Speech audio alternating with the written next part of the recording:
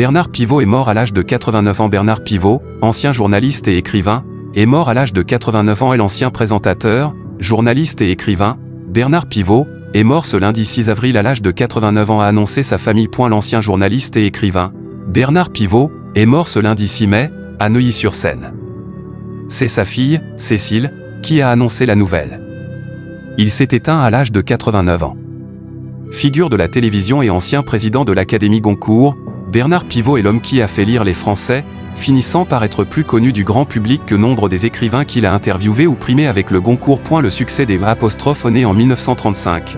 Il rentre au Progrès en tant que journaliste, avant de rejoindre le Figaro littéraire en 1958. Mais c'est à la télévision qu'il se révèle. Son émission ', qui est diffusée sur Antenne 2 et qui rassemble des milliers de Français durant de très nombreuses années entre 1975 et 1990, reste une référence en matière d'émissions culturelles. Cette émission qu'il anime en direct, après le concerto pour piano numéro 1 de Rachmaninoff, est indétrônable le vendredi soir.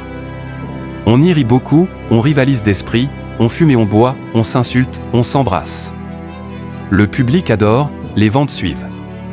Il y reçoit les écrivains les plus connus du monde entier, passant de Milan Kundera à Vladimir Nabokov ou encore Marguerite Duras. Facétieux et lecteur minutieux, il soumet ses invités au questionnaire de Pivot, inspiré de celui de Proust. Quand ' s'arrête, l'infatigable journaliste crée un bouillon de culture, toujours sur le service public, à l'horizon plus large que les livres.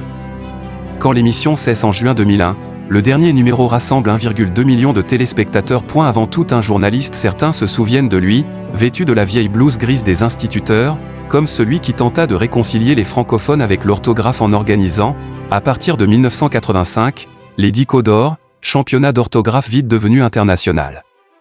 En 2004, il est le premier non-écrivain coopté au sein de l'Académie Goncourt.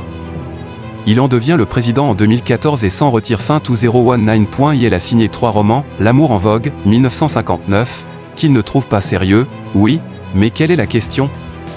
2012, et Mais la vie continue, 2021, proche de l'autofiction.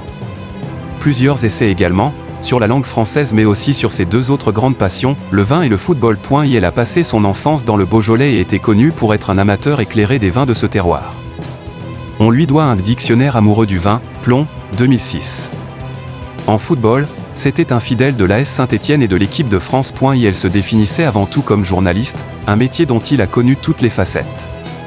Il était notamment devenu chef de service au Figaro en 1971, poste duquel il avait démissionné en 1974 après un désaccord avec Jean d'Ormesson, qui deviendra son invité télé le plus fréquent.